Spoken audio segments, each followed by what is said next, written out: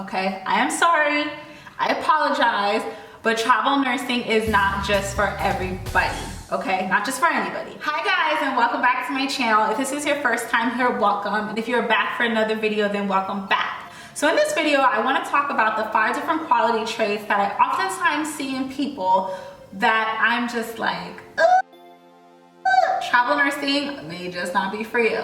So as a travel nurse myself, I've been doing this for over 2 years now, and I will oftentimes get approached by nurses asking me, how do I do what I do? How can they get into travel nursing? And just various other questions about travel nursing. In that process, I realized that not everybody can be a travel nurse, okay? So I wanted to talk to you guys about the 5 different quality traits that you have to have if you are going to be a travel nurse, if you are going to make it, if you're gonna be successful. If you guys wanna see what personality traits I find to not really cut it in the travel nursing world, then keep on watching. You need to learn to ask questions. It's to protect your license, it's to protect the facility, it's to protect the patient. So the first type of people who do not cut it in this whole travel nursing thing are people who do not like to ask questions.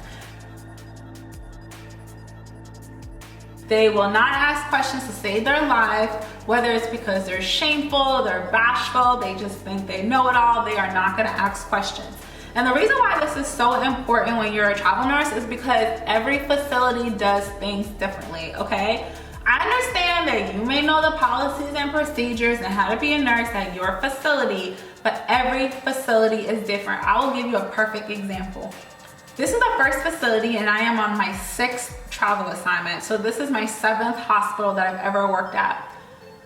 We do not co-sign insulin. Say what? I ain't never worked nowhere in my life where you do not co-sign for insulin, except in a nursing home. And the first time it happened, I was like, So I had to go ask the charge nurse why the computer didn't cue me to get a co-signer for this insulin. And that's when she told me that they don't do it within the facility. But guess what they do co-sign? Sub-Q heparin. And I have never worked anywhere where they ask you to co-sign that little vial of 5,000 units of sub-Q heparin that you're gonna be given. I asked. I did not just give it and not ask for a co-signer, because guess what else?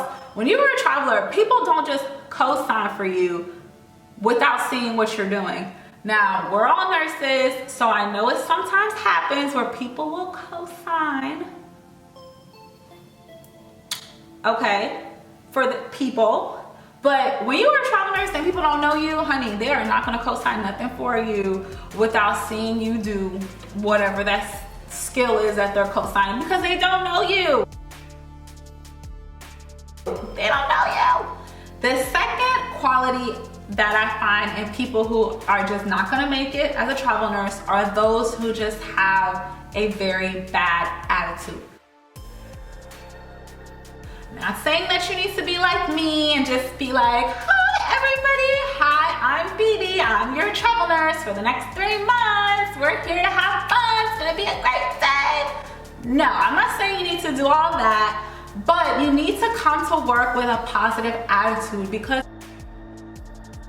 number one, you are the newbie. You are the new kid in school. The people on this unit, in this hospital, do not know you. The doctors don't have a relationship with you. The other nurses don't have a relationship with you. The techs don't have a relationship with you. Nobody knows you. So if you come off very standoffish or just, you know, like not confident, like any negative quality, you're not come off like you just know everything and try to be here, you're not gonna have a good experience, and it's not gonna help the unit, the facility, the team as a whole, because we all know nursing is a team effort. So if you're that person who just has a negative attitude, travel nursing is not gonna be for you, because the unit that you're working on is not the unit that you worked on before, where they know you, that's just how she is. No. No, no, no, no, no.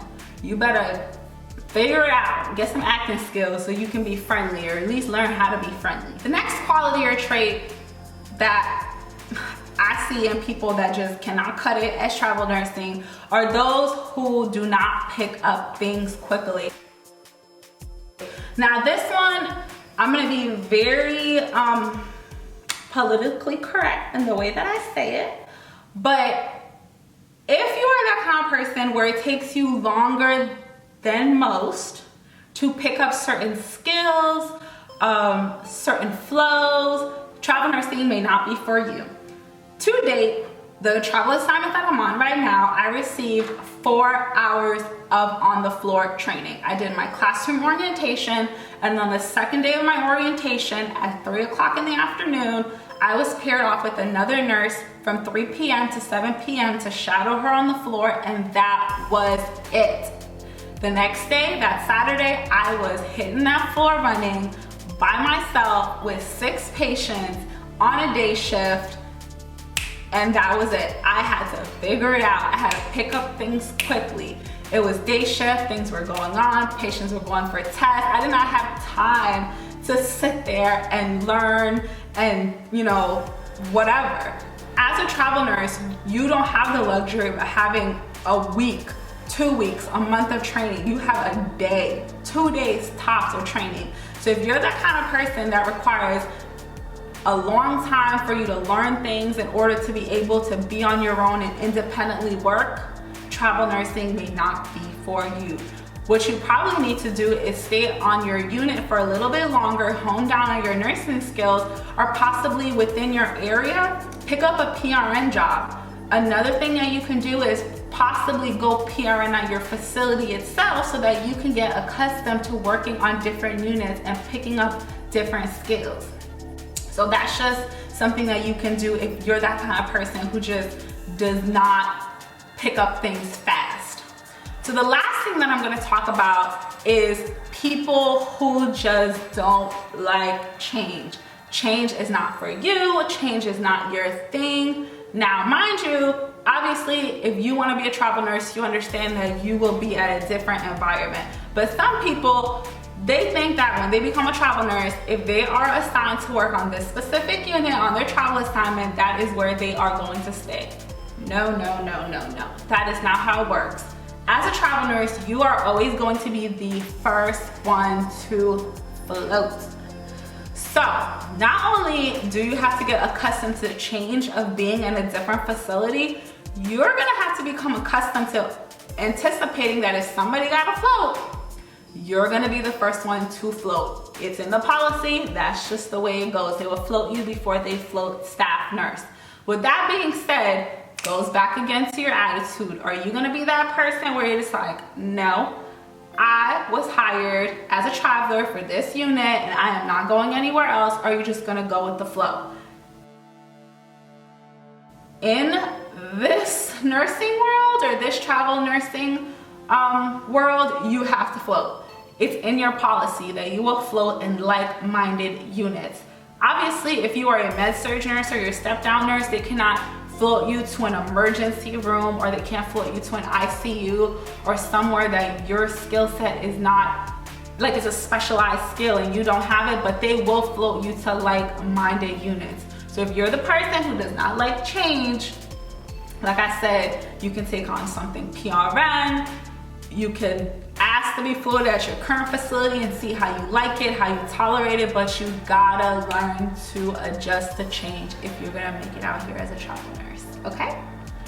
All right guys, so that is the end of my video. These are the 5 qualities and traits that I find that if you have, travel nursing may just not be for you. It is not for everybody, but you can do things that can help you along the way, kind of adjust your personality or traits that you may have if this is truly something that you want to do. So that's pretty much it. I hope you guys enjoyed the video. Please, please, please do not forget to like and subscribe. Subscribe to my channel if you guys enjoyed the video and want to see more. And thumbs up this video if you found it helpful, and don't forget to forward it to your friends, family, or anybody else that you know that is interested in possibly becoming a travel nurse. I'm also always open to questions. If you guys have any questions, you can leave it down there in the question section. I always answer. And I look forward to seeing you guys in the next one. Bye.